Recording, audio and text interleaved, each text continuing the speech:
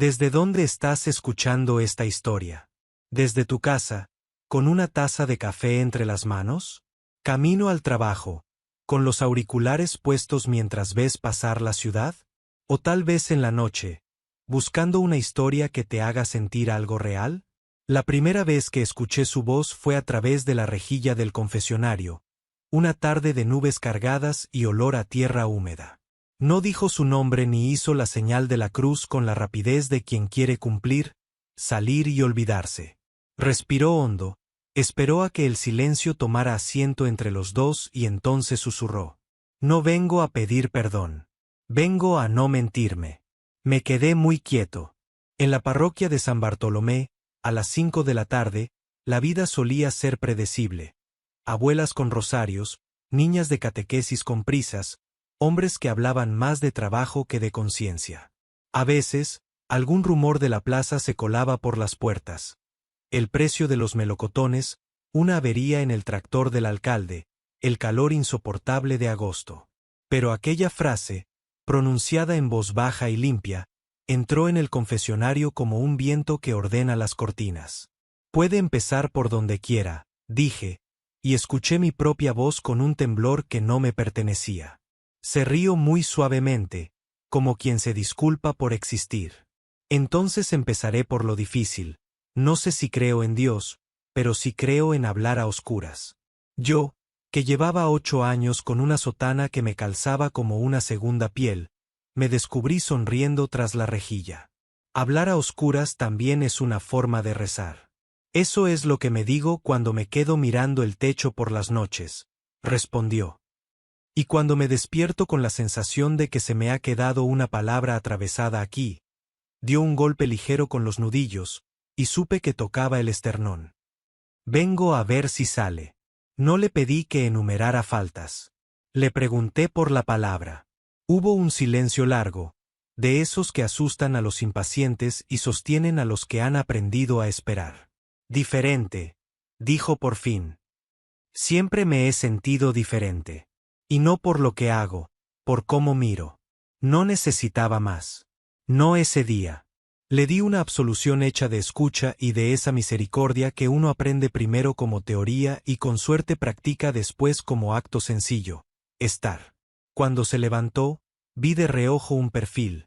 Barba corta, la curva de una oreja, una camisa de lino color miel. Nada que un cura de pueblo no vea a diario. Sin embargo, algo de su voz se quedó en mí como una campanada que no logra apagarse.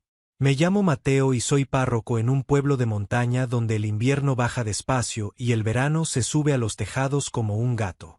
Aprendí a hacer homilías cortas para no aburrir a los que madrugan y a tocar un vals torpe en el piano del coro, porque la señorita Carmen, que enseñaba música a los niños, se fue a cuidar a una hermana lejos. También aprendí a podar rosales y a cambiar bombillas en andamios altos, porque todo cura de pueblo es un poco electricista cuando toca.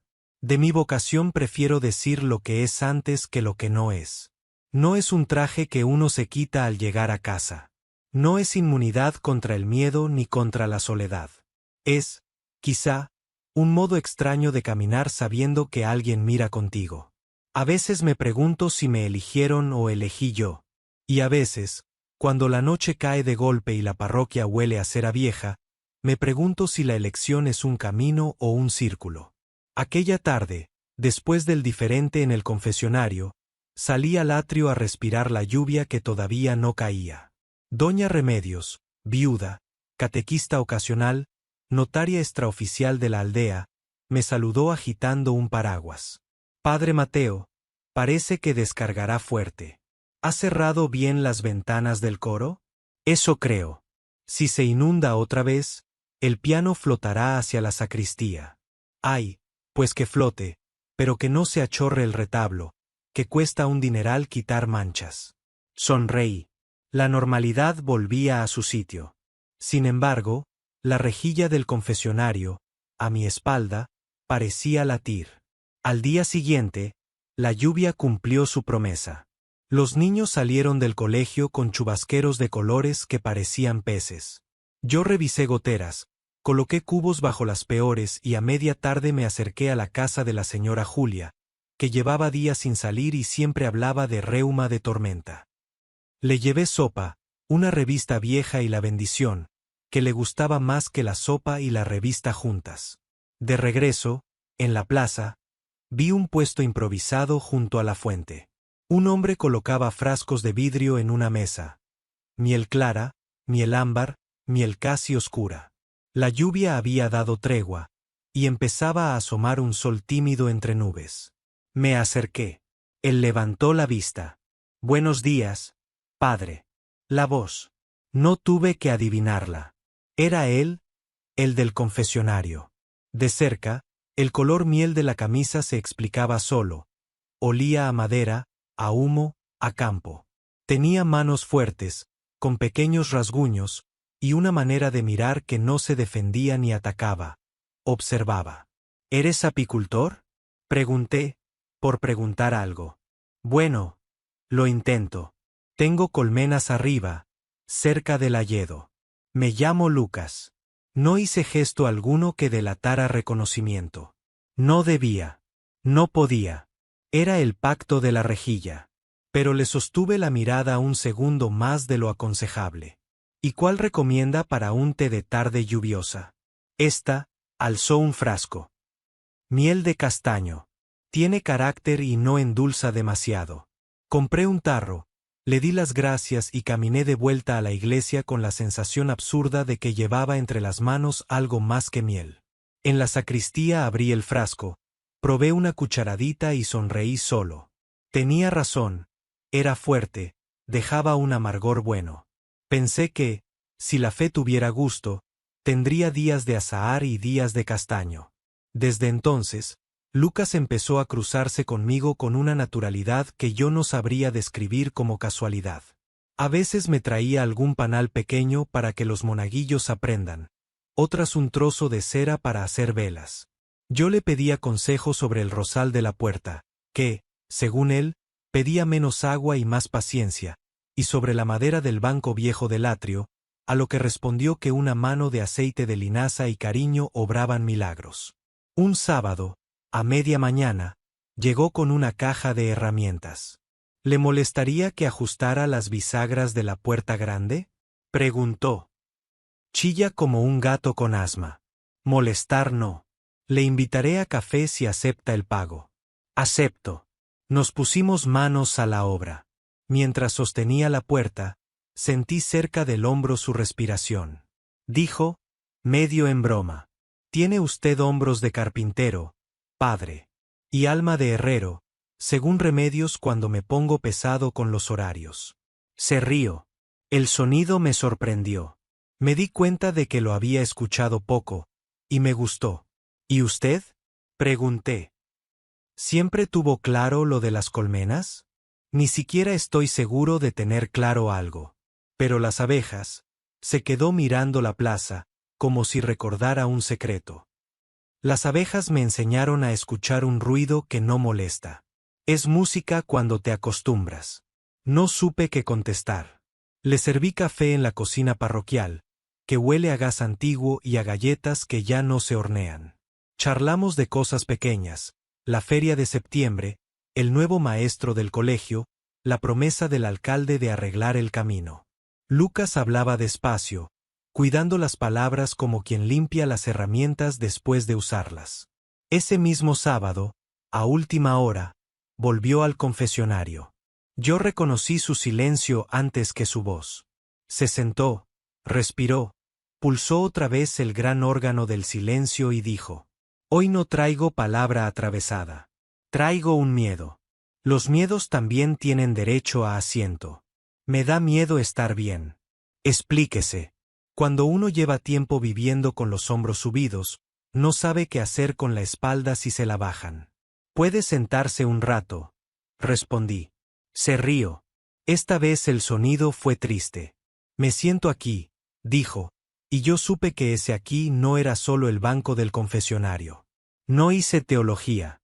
Le dije que había miedos que se deshacen como azúcar si se nombran, y otros que se convierten en compañeros si se aceptan.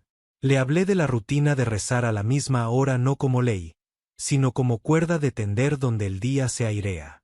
Él escuchó como quien toma nota para el invierno. ¿Y usted? Preguntó de pronto. ¿Tiene miedo de estar bien? La pregunta, lanzada al otro lado de la rejilla, me pilló con las manos en el bolsillo y el corazón sin defensa. La regla no escrita decía que él pregunta y yo respondo a su alma, no a la mía. Pero algo en su voz me convenció de que la honestidad era también parte del sacramento. A veces, dije, consciente de que el adverbio me salvaba de una confesión demasiado neta.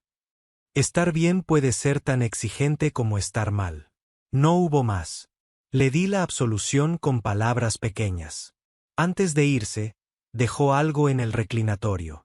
Luego supe que era una piedra lisa, ovalada, con una abeja dibujada en tinta. La guardé en un cajón de la sacristía sin saber por qué. Los días se arremolinaron, como hacen en primavera. La procesión de San Bartolomé, que en realidad era en agosto pero el pueblo celebraba cualquier excusa para sacar flores, nos dejó exhaustos y felices. El coro desafinó con gracia. Doña Remedios lloró como cada año cuando la banda tocó el pasodoble Paquito el chocolatero. Lucas estuvo a lo lejos, entre la gente, sosteniendo a un niño que no llegaba a ver la imagen. Yo sentí que la plaza entera respiraba al mismo tiempo. Por las tardes, el banco del atrio se convirtió en aula improvisada. Los chavales estudiaban al sol. Yo corregía catequesis y cartas. Lucas, a veces, lijaba la madera de los bancos viejos con una paciencia que es arte. Un día trajo un ahumador de apicultor, de esos que calman a las abejas con humo frío. Sirve también para personas nerviosas, bromeó, echando una nube leve hacia su propia cara. Si lo coge Remedios, nos duerme a todos. Reí. Empezamos a compartir silencios cómodos. Yo hablaba poco de mí, pero él parecía entender sin preguntar. Y yo entendía, a mi pesar, que mi corazón había aprendido un nombre que no debía pronunciar. No es fácil explicar la vida de un cura sin sonar a manual. Voy a intentarlo. Uno hace votos: pobreza, obediencia, castidad. Palabras grandes, con muebles dentro. Los votos, para mí, siempre fueron casa, no jaula. La castidad era un cuarto amplio, con ventanas abiertas. No era represión. Era una manera concreta de amar, de repartir la luz hacia muchos en lugar de dirigirla a uno. Pero la vida, como la luz, tiene caprichos. A veces se cuela por rendijas que no sabías que existían y se posa donde no habías previsto. Una tarde, subimos a ver las colmenas. Lucas me había insistido varias veces en que debía conocer su trabajo para juzgarlo con conocimiento de causa. Bromeaba con mi homilía del domingo anterior sobre no juzgar por apariencias. Caminamos por el sendero, con el zumbido creciendo a medida que nos acercábamos. El hayedo olía a verde. No tenga miedo, dijo, como si hubiese leído mi pensamiento. Se trata de estar, no de invadir. Me prestó un velo para la cabeza, por si acaso. Me enseñó cómo se abre una colmena, el gesto preciso, la calma. Me habló del baile de las abejas, del modo en que comunican rutas invisibles, de cómo una reina cansada puede arrastrar a todo el enjambre a una tristeza sin pan. Yo lo escuchaba como quien escucha una parábola nueva. ¿Ve aquí? Señaló un panal. Hay celdas vacías a propósito. También hay que dejar huecos para que circule el aire. Asentí. De pronto, la teología de los huecos me pareció indispensable.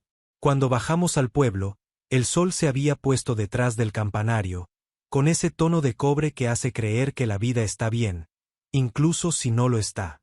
Lucas me acompañó hasta la puerta lateral de la iglesia.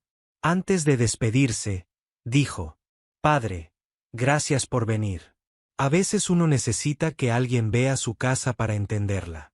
Gracias por enseñarla, respondí. Y estuve a punto de decir su nombre, pero me contuve. El nombre, en mi boca, era frontera. Los rumores, en los pueblos, son criaturas que se alimentan solas.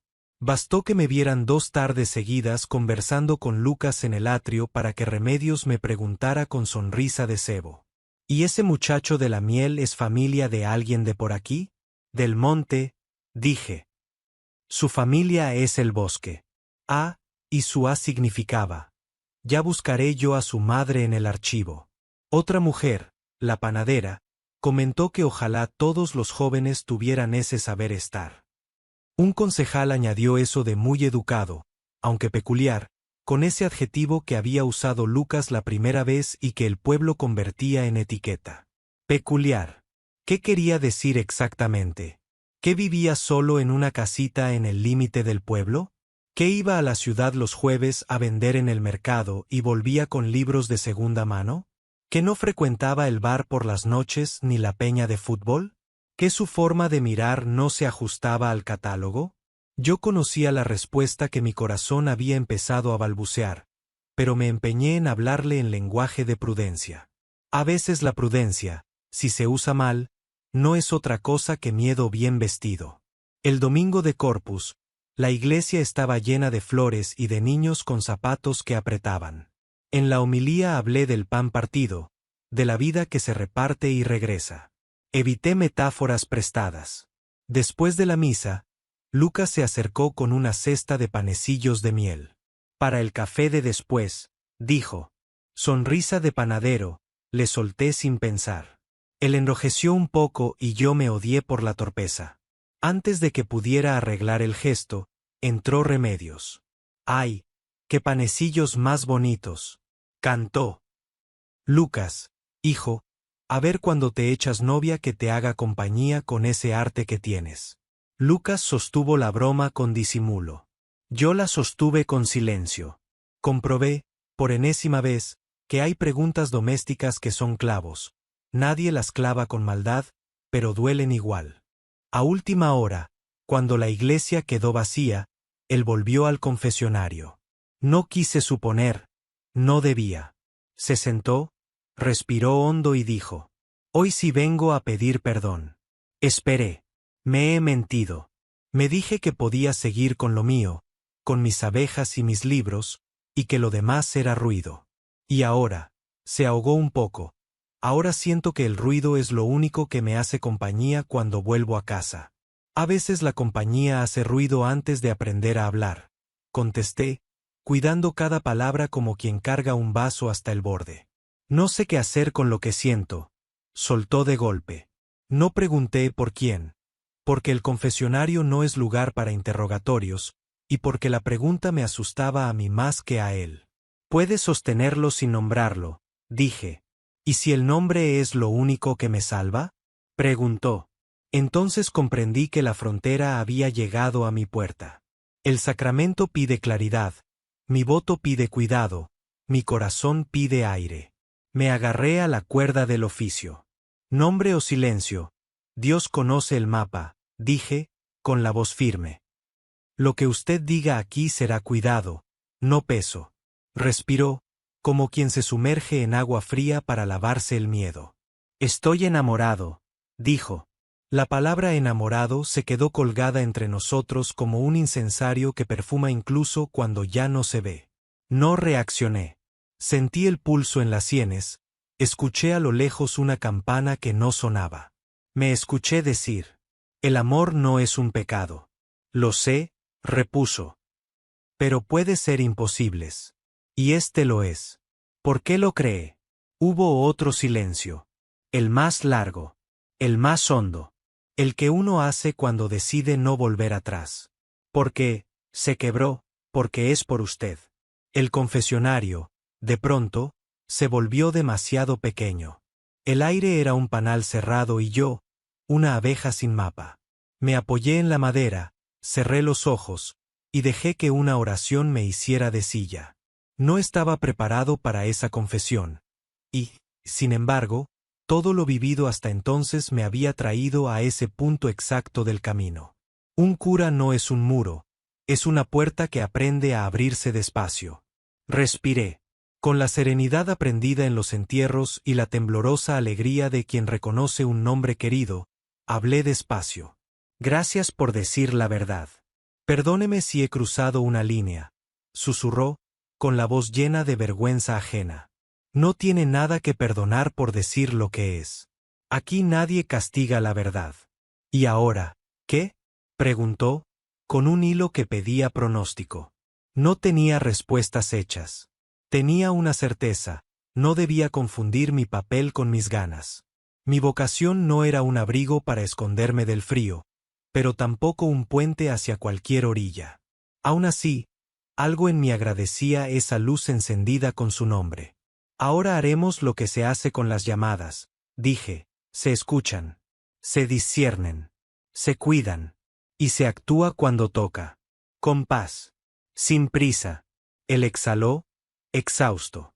Me iré unos días al monte, dijo. Necesito pensar sin pared. Vaya en paz, contesté. Antes de irse, añadió: Padre, si le sirve, usted también puede decir la verdad sin que eso destruya el mundo. No respondió mi boca, respondió mi pecho, un golpe seco, un ladrillo reposando en su sitio. Se marchó. Quedé solo. La iglesia olía a pan y a flores. Afuera, el pueblo hacía ruido de domingo. Me senté en el primer banco y, sin encender ninguna vela, dije en voz baja: Señor, aquí estoy. Y no supe si hablaba con Dios o conmigo. El lunes amaneció con un cielo que parecía recién fregado. Las losas de la plaza brillaban, las macetas del atrio bebían lo que la tormenta les había servido por la noche. Abrí la iglesia temprano, encendí 2 velas y me quedé de pie frente al sagrario, sin decir nada. Había aprendido que el silencio también es un idioma y que, cuando uno no sabe conjugar el futuro, lo mejor es declinar la paciencia. No tardaron en llegar las tareas: llamadas de Remedios para organizar la recogida de ropa, un aviso del colegio porque faltaban cuentos en la biblioteca, un parte de goteras que sobrevivieron a la tormenta. Todo normal. Menos yo. Yo caminaba por dentro como quien no reconoce la disposición de los muebles. Lucas no apareció ese día ni el siguiente. El banco del atrio tuvo su sombra de siempre, pero no su respiración. Me repetí que él había dicho: me iré al monte, y que el monte no entiende de relojes. Aún así, por la noche, me sorprendí subiendo al campanario a mirar el hayedo, como si desde allí pudiera distinguir una figura entre árboles. El miércoles, tras la misa de difuntos, me llamó el vicario para recordarme el retiro sacerdotal de junio en la ciudad. Nunca me había alegrado tanto de una obligación. Necesitaba que alguien me hiciera de espejo. Decidí ir 2 días antes para ver al padre Andrés, mi director espiritual desde el seminario. Le escribí un mensaje sencillo: ¿puedo pasar a verte? Llevo ruido. Ven, contestó. El ruido también se confiesa. En el autobús hacia la capital, comprobé con cierto pudor que llevaba en el bolsillo la piedra con la abeja dibujada. La hice bailar entre los dedos. Me pregunté si el padre Andrés notaría esa torpeza adolescente en un cura de 38 años que se cree muy dueño de sus márgenes. Su despacho olía a madera vieja y a café recién hecho. Tenía el don de no preguntar antes de tiempo. Siéntate, dijo. Y cuando te canses de hablar, respira. Le hablé del pueblo, de las colmenas, del banco del atrio. No pronuncié el nombre de Lucas. Parecía un vaso lleno que no quería volcar. Le conté la frase que rebotaba desde la rejilla: estoy enamorado, es por usted. Yo no dije yo también. No hacía falta. Mi voz temblaba por mí. ¿Te asusta lo que sientes?, preguntó, sin dramatismos. Me asusta más lo que pueda romper, respondí. La paz del pueblo, la fe de algunos, mi promesa. Andrés asintió como quien lleva años viendo el mismo mar con olas distintas. Una promesa no es un candado, dijo. Es un camino que fuiste eligiendo cada día, y hoy te toca mirarlo con luz nueva. 2 cautelas, Mateo: no confundas sacramento con enredo, no vuelvas a confesarlo tú. Para él busca a otro confesor, y no conviertas el secreto en sombra, huye de lo clandestino que hace daño. El resto es discernimiento: escuchar, probar, pedir consejo. Y decir la verdad cuando toque, aunque duela. ¿Y si lo que toque sea irme? Entonces te irás de pie, no huyendo, respondió. Y si te quedas, que sea amando más y mejor, con la libertad de quien pudo irse. Mi pecho aflojó un punto. ¿Puedo estar en paz mientras no sé? Puedes, sonrió. La incertidumbre también puede ser oración. Salí a la calle con ganas de aire. Ese mismo atardecer, a la hora en que el hayedo se vuelve cobre, escribí a Lucas una nota que dejé en el buzón de su casita, porque no tenía teléfono suyo. No volveré a ser tu confesor, te acompaño como hermano y amigo. Cuando regreses, si quieres, hablamos en el banco del atrio, a la vista de todos. No hay prisa. Cuídate. Volví al pueblo con la certeza humilde de quien lleva una linterna con pilas nuevas. Lucas apareció el sábado. Venía con barba de 3 días y ojeras de dormir poco. Traía en la mano un panal pequeño envuelto en papel. Me lo ofreció sin adornos. Para los niños, dijo. Gracias. ¿Has descansado? He trabajado. Las abejas entienden mi idioma. Nos sentamos en el banco. Era mediodía y la plaza olía a pan. Remedios, desde el kiosco, nos vigilaba con su radar de abuela que todo lo sabe y casi nada cuenta. He hablado con mi director espiritual, dije. Y quiero pedirte perdón si mezclé lugares. No volveré a confesarte yo. Lo que hablamos aquel día queda cuidado, pero no quiero que te sientas atrapado en una rejilla. Gracias, asintió, casi sin mirarme. Yo también te debo una verdad fuera de allí. Me asusta lo que siento y me alivia decirlo. No te pido nada. Solo no me pidas que lo niegue. No te lo pediré. No hicimos planes. No nos dimos gestos que luego tuvieran factura. Simplemente dejamos que el sol hiciera su trabajo sobre la madera. Al despedirnos, Lucas rozó con los dedos la piedra de la abeja que yo, sin darme cuenta, había sacado del bolsillo. Sonrió. La cuidaste, dijo. Me cuida ella a mí. Los rumores, entretanto, empezaron a brotar como hierba entre las baldosas. La vecina del halcón dejó caer en la cola de la panadería que al cura se le veía muy amigo del de las colmenas. El concejal de las frases a medio hacer añadió: ojalá no sea nada raro. Un chiquillo pintó una abeja en la pared del colegio y el maestro lo regañó por ensuciar el muro. Nada grave. Pero el pueblo había afinado el oído. Yo no contesté a nada.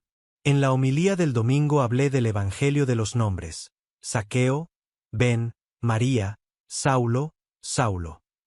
Dije que los nombres no son cuchillos, son llaves, y que cuando nombramos para herir, nos rompemos los dientes. Remedios lloró con discreción. La panadera me regaló un bollo a la salida para endulzar. Nadie mencionó abejas. Bastó. Por la tarde subí al hayedo. Lucas me había escrito en un papel doblado y metido bajo la puerta de la sacristía: si quieres ver el milagro de junio, ven cuando el sol baje. Llegué con el corazón atento. Me enseñó una colmena abierta como un libro vivo. El zumbido era un océano doméstico. Mira, dijo. Están cambiando a la reina. De verdad parecía una liturgia. Orden, tensión, un propósito común. ¿Duele? Pregunté, sin saber si hablaba de abejas o de nosotros. Cansa, respondió. Pero les salva la vida. Bajamos con luz de tarde rozando las hojas. En la curva antes del pueblo, él se detuvo. Mateo. Mi nombre en su boca fue una campana humilde. Estoy, dije, sin más gramática. No nos tocamos. A veces una palabra es un puente con barandillas. La paz nos duró poco. Una mañana alguien esparció pesticida en unos prados, y el viento, ese imprudente, lo llevó hacia 2 colmenas de Lucas. Cuando llegué, llamado por un vecino, vi a Lucas de rodillas junto a los cuadros, con las manos negras de desesperación. El zumbido se había vuelto lamento. No te acerques, me gritó un hombre. Eso pica.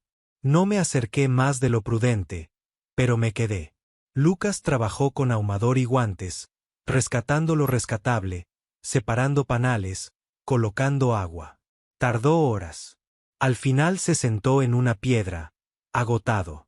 Me acerqué con una cantimplora. ¿Quién ha sido? Pregunté, sin mucha esperanza. La ignorancia, dijo, bebió y se limpió con el dorso de la mano. No hay enemigo más grande. El ayuntamiento levantó un acta, prometió multas, habló de campañas de sensibilización. Yo me limité a estar donde Lucas necesitaba compañía muda. Al caer la tarde, me preguntó sin mirarme. ¿Tú crees que hay cosas que nacen para caer? Creo que hay cosas que nacen para aprender a levantarse, contesté. Y gente que nace para enseñar a otros a cómo se hace. Se limpió los ojos con la manga, como un niño. Mi mano quiso tocar su hombro, pero la retiré a medio camino. En la contención había también una forma de amor. Ese mismo fin de semana llegó al pueblo don Julián, el obispo auxiliar, para visitar a enfermos y comprobar la reparación del tejado de la sacristía, que llevaba años pidiendo ladrillos nuevos. Fue cordial, cercano, de esos pastores que huelen a lana. Me llamó aparte al final del día. Querido Mateo, me han llegado ecos. Ya sabes, el viento campa. ¿Estás bien? Respiré despacio. Tenía una frase preparada desde la ciudad. La usé. Estoy discerniendo con ayuda. No hay doble vida. Hay verdad en construcción. Don Julián me miró con una mezcla de afecto y experiencia. Nadie te pedirá que niegues lo que sientes. Sí te pedimos que cuides a la comunidad y a ti. Si necesitas tiempo, lo habrá. Y si necesitas decidir, decide de pie. Gracias. Y, por caridad, que otro confiese a, ya me entiendes. Así será. Nos sonreímos. Un obispo puede ser a veces un padre que no hace ruido. Algunos empezaron a tomar partido sin que se lo pidiéramos. Los chavales del coro se reían cuando me veían mancharme de cera arreglando velas. Padre, parece usted apicultor. La panadera guardaba panecillos de miel para cuando venga Lucas. El concejal cambió de tema cada vez que alguien decía colmenas. Remedios, sin dejar de observar, invitó a Lucas a dar una charla sobre abejas en el salón del centro cívico. El pueblo aprendía a poner nombre a lo que desconocía, y eso, a su manera, era una bendición. Llegó el retiro de junio.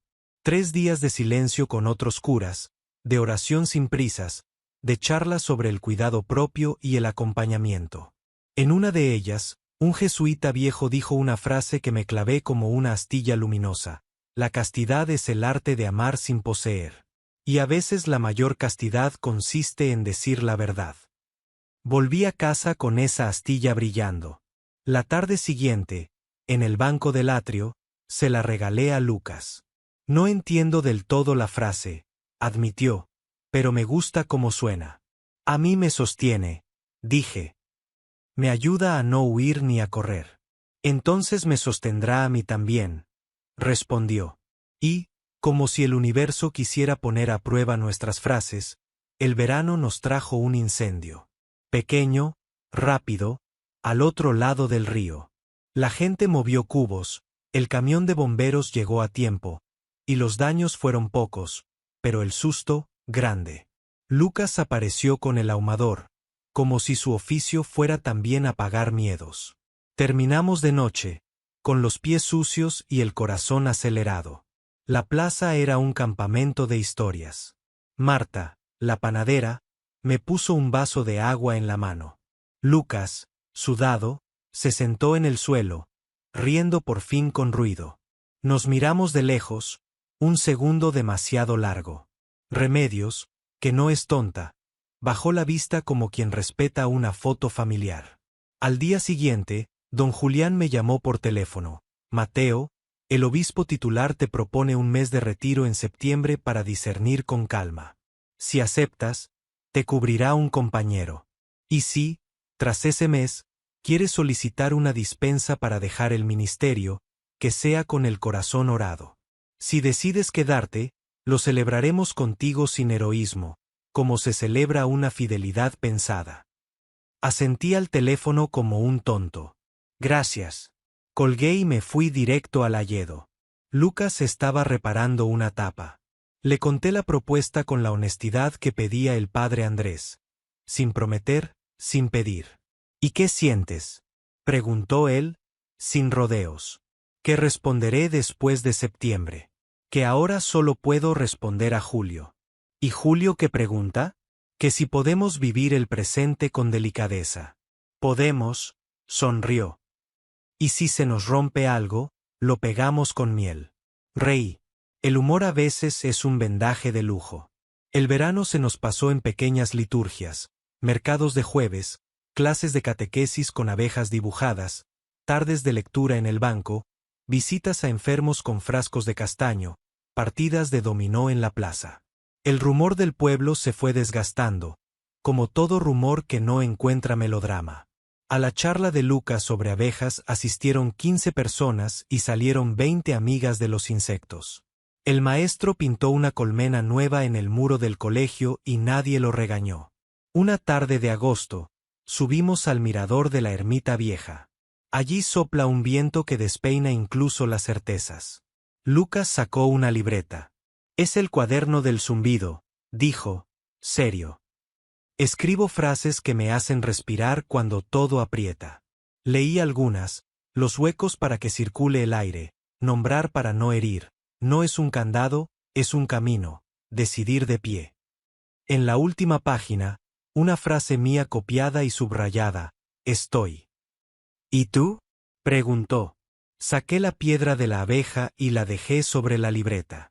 Yo llevo esto. Y una oración que no sé conjugar. Nos quedamos mirando la llanura hasta que anocheció. No nos besamos. No es que no quisiéramos.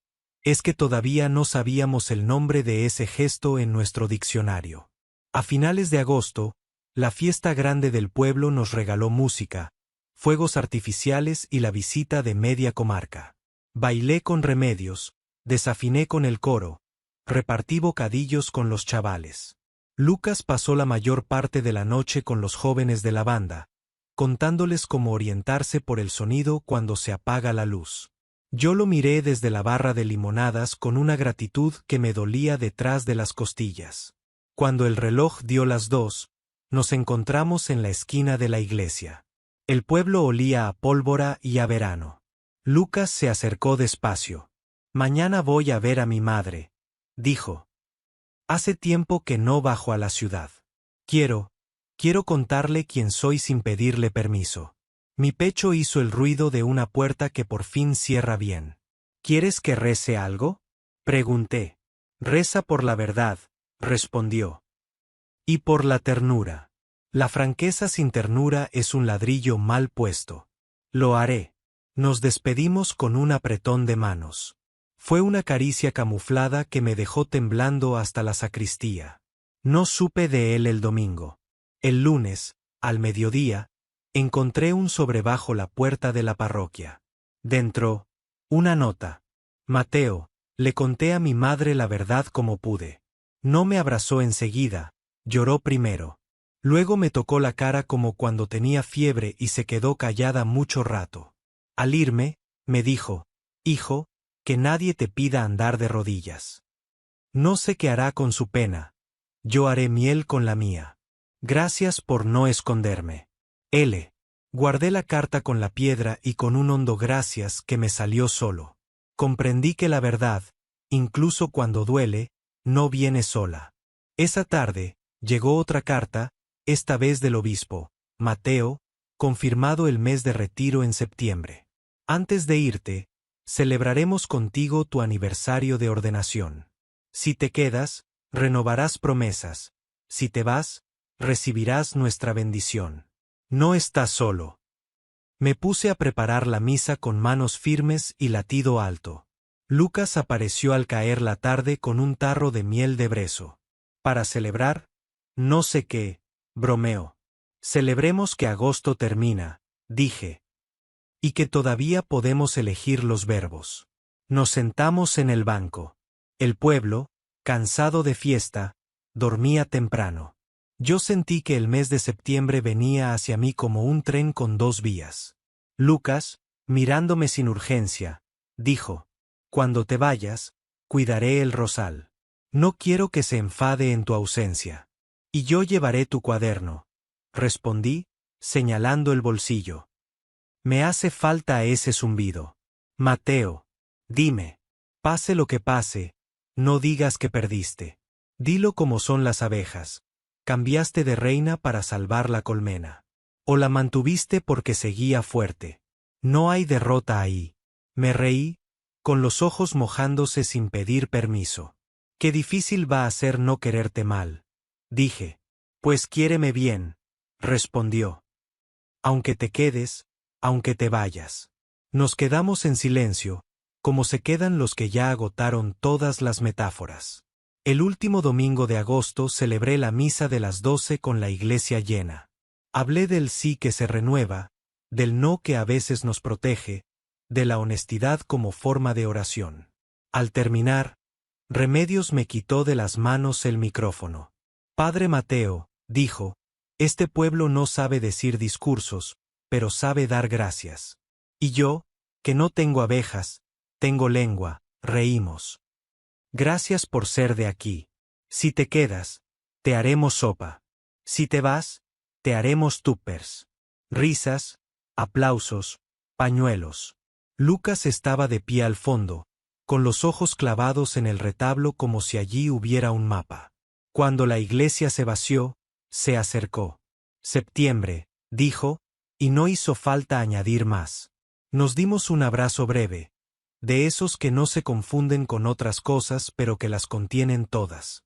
En su espalda noté el cansancio de un verano entero. En la mía, él notaría un miedo bien peinado.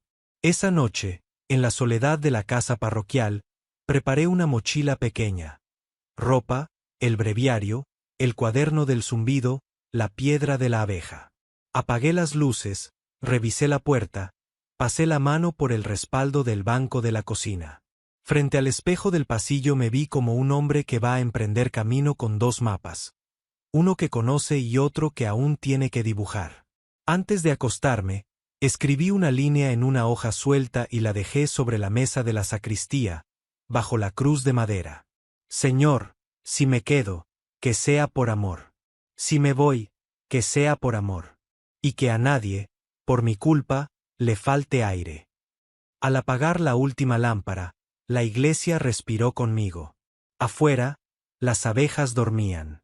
Y el pueblo, sin saberlo, esperaba septiembre. Septiembre llegó con una claridad que dolía en los bordes. Subí al retiro con una mochila pequeña y una determinación que todavía no sabía conjugar. El lugar era un antiguo monasterio encalado, escondido entre pinos. Allí el silencio no era ausencia. Era un animal manso que se dejaba acariciar si uno no hacía ruido. El padre Andrés me recibió con un gesto de no expliques, y me señaló la capilla. Pasé horas sentado sin decir palabra. A ratos leía el cuaderno del zumbido que me prestó Lucas. A ratos dejaba la piedra de la abeja sobre el banco de madera, como si marcara un lugar de trabajo. En la huerta del monasterio zumbaban avispas y abejas en un romero tardío. Me acerqué y sonreí. Incluso allí, el mundo parecía empeñado en hablarme con su idioma. La segunda noche escribí la primera frase que no me daba miedo. No me voy de ti. Me voy hacia alguien que me enseña a amar en singular. La taché. La reescribí. No me voy de nada, doy un paso. La dejé morir en el papel. La tercera mañana, después de una charla sobre las fidelidades, el jesuita viejo repitió su sentencia. La castidad es el arte de amar sin poseer. A veces, la mayor castidad consiste en decir la verdad. Sentí una paz rara, como si por fin los muebles de la casa interior se hubieran colocado solos. Pedí cita con el obispo por videollamada desde un cuarto con paredes vacías. Hablé sin atajos, de Lucas sin decir su nombre, del banco del atrio, de la alegría y del miedo, de la comunidad que no quería herir, de mi deseo de pedir dispensa si, tras una última semana de oración, ese paso seguía vibrando al mismo ritmo. Don Julián respiró hondo y dijo: te acompañaremos. No eres el primero ni serás el último que decide de pie. Si al final solicitas la dispensa, la iglesia no te perderá. te cambiará de lugar en su casa. Colgué con los ojos húmedos. Tomé el breviario y recité en voz baja un salmo que habla de caminar en tierra firme. El penúltimo día del retiro bajé al pueblo en tren. Llevaba una carta para el obispo y otra, pequeña, para Lucas, mañana, banco del atrio, después del Ángelus. No dormí mucho. En mi mente la plaza estaba vacía y, al mismo tiempo, llena. El Ángelus terminó con campanadas que parecían un latido grande. Lucas llegó sin prisas. Se sentó a mi lado con el cuidado de quien no quiere romper nada. Tenía la piel tostada y ojeras menos hondas. Sus manos olían a cera. He pedido la dispensa, dije, mirando de frente el bronce del campanario. No por huir, por decir la verdad entera. Si la Santa Sede la concede, dejaré el ministerio. Si no, me quedaré con paz. En cualquier caso, quiero vivir de un modo que no te esconda ni esconda a nadie. No me abrazó. No me besó. Cerró los ojos un instante, como quien recibe una noticia que cambia la forma del aire, y murmuró: Gracias por decidir de pie. Nos quedamos largos minutos mirando pasar la vida de septiembre. Niños con mochilas nuevas, la panadera sacando barras doradas, Remedios barriendo la acera como quien bendice. Cuando nos levantamos, Lucas apoyó en el banco un tarro de miel muy oscura. De brezo, dijo. Es áspera y cura la garganta. Por si se te seca al dar explicaciones. Y tú, respondí, por si te tiembla la voz cuando cuentes tu parte. Los dos sabíamos que, aunque la decisión era mía, el pueblo nos miraría a ambos. El obispo convocó una misa sencilla un domingo cualquiera. La iglesia estaba llena sin estridencias. Las flores eran humildes. El coro desafinó como siempre y esa imperfección me pareció hogar. En la homilía hablé poco. Dije que el amor más grande te enseña a escoger la verdad incluso cuando implica renuncias, que mi manera de servir iba a cambiar si Roma decía sí, que no me iba de Dios ni del pueblo, que les pedía a todos aprender a quererme en otra orilla. Hice una pausa. Remedios, en primera fila, asintió con una mezcla de orgullo y nostalgia. Si me dan la dispensa, añadí, dejaré este altar vestido de cura, pero no dejaré de presentar pan y vida donde me toque. Si no me la dan, seguiré aquí con paz, aprendiendo a amar a todos sin separar. En ambos casos, gracias por haber sido mi casa. No hubo aplausos al final, hubo silencio. Un silencio lleno. Luego la gente se acercó en oleadas, manos que apretaban, ojos que decían te entiendo sin atreverse a pronunciarlo, niños que preguntaban si seguiría tocando el vals del piano. La panadera me puso un pan en las manos.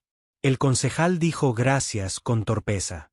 Yo lloré sin vergüenza, como se llora cuando se suelta una mochila que te dolía los hombros, y sin embargo, era tuya. A la salida, Lucas me esperaba a la distancia justa, como siempre. No hizo falta acercarnos. El aire entre los dos era un puente. Sea lo que sea, dijo, estoy. Sea lo que sea, respondí, estoy. La dispensa tardó 3 meses en llegar. Fueron meses de orilla, de trabajar igual y mirar distinto. Yo seguí celebrando y acompañando hasta que tocara dar paso al sacerdote que me sustituiría. Lucas siguió con sus colmenas y sus charlas. A veces me contaba, con una alegría infantil, que la escuela había plantado lavandas para atraer abejas. El rumor del pueblo, que al principio parecía una colmena excitada, se fue volviendo zumbido normal. La carta llegó un martes de diciembre, con el frío inaugurando grietas en las manos. La sostuve sin abrir mientras caminaba hasta el banco. Allí la rasgué con un respeto que dolía. Leí despacio. La Santa Sede concedía la dispensa.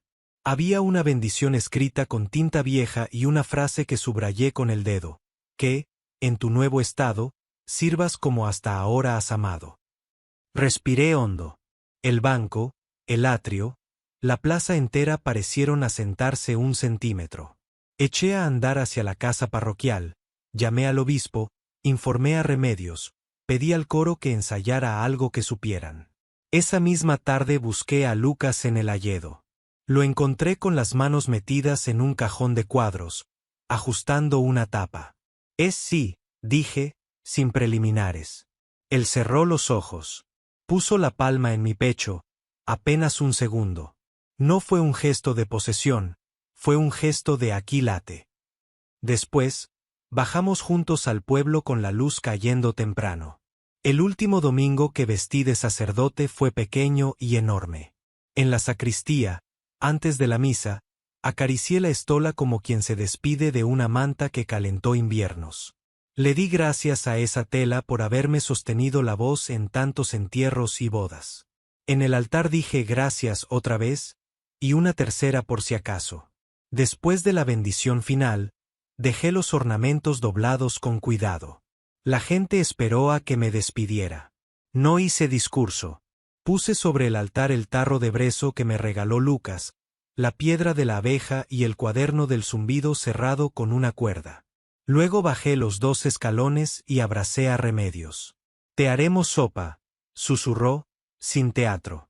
Y yo haré pan, respondí, riendo entre lágrimas. Esa noche, la casa parroquial fue un ir y venir de tuppers, mantas, besos en la frente, advertencias prácticas, no olvides revisar el gas, y bromas, a ver quién toca ahora el vals sin matarnos. Cuando el último vecino se fue, me quedé de pie en el pasillo, con la luz encendida. No sentí pérdida, sentí mudanza. Dormí en un cuarto prestado la primera semana.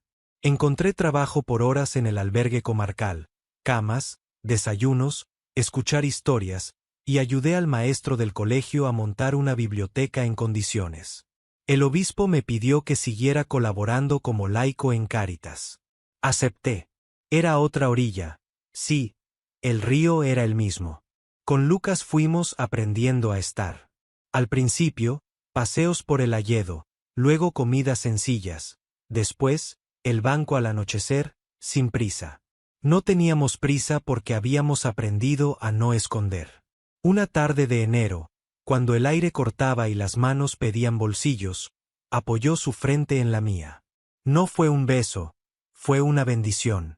Esa noche dormí con la certeza humilde de estar estrenando un idioma con las palabras precisas. El primer invierno sin sotana me descubrió otro oficio, arreglar cosas.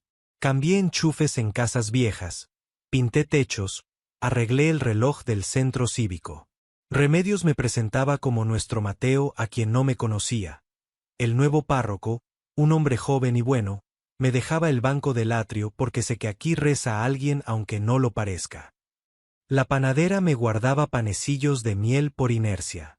El pueblo, que a veces puede ser juez, eligió ser familia. Un domingo, Lucas y yo llevamos al rosal una cuerda nueva. Lo atamos con delicadeza para que el viento no se riera de él. El banco, a esas horas, estaba tibio. Se sentó conmigo y sacó del bolsillo una etiqueta casera. Miel de septiembre. Para decisiones de pie. Reímos los dos. Abrí el tarro allí mismo. El perfume era profundo. Unté un poco en el dedo y se lo ofrecí. Lo probó con una sonrisa lenta que no necesitaba traducción. ¿Lloraste aquel domingo?, preguntó, mirando el campanario. Lloré, dije. Mucho, pero no se me rompió nada que no fuera para dejar hueco. Sonrió. Entonces ahora cabe más aire. A veces me preguntan si extraño el altar. Les digo la verdad. A veces sí. A veces, cuando una vela titila o el coro se descuadra o el pueblo entero respira al mismo tiempo, una parte de mí vuelve a ponerse la estola por dentro. Pero no hay dolor en esa nostalgia. Hay gratitud. Porque lo amado no se expulsa, se ordena. Un atardecer de marzo, al cierre del invierno, subimos al mirador de la ermita vieja. Abajo, el pueblo era un puñado de luces honestas. Lucas sacó su libreta. Había escrito en la primera página una frase nueva. Respirar también es rezar. La aprendí de ti, dijo. Y yo aprendí de ti a dejar huecos para que circule el aire, respondí. Nos miramos largo rato, sin miedo. El viento nos despeinó incluso los recuerdos. Sonaron las campanas de las 8. No las toqué yo. Eso me hizo sonreír por dentro. El mundo sabía funcionar sin mi mano. ¿Llamamos a esto hogar? Preguntó Lucas, señalando de un gesto el pueblo, el banco, el rosal, las colmenas, nosotros. Sí, respondí. Hogares donde la verdad no tiene que pedir permiso. Se nos humedecieron los ojos. Esta vez no hicimos nada por disimularlo. Llorar no era derrota, era riego. Bajamos despacio. En la plaza quedaba una bicicleta tirada, una pelota bajo el banco y la sombra de Remedios asomada a su ventana, discreta. Al pasar por la iglesia, puse la mano en la puerta grande. No estaba cerrada con llave. Se me ocurrió una última imagen. Un tarro de miel abierto junto a un pan, un banco ocupado por dos que no se esconden, una comunidad que aprende a aplaudir con silencio. Y adelante, siempre, la luz suficiente para dar el siguiente paso. Vamos, dijo Lucas. Vamos, repetí. Y, sin hacer ruido, respiramos.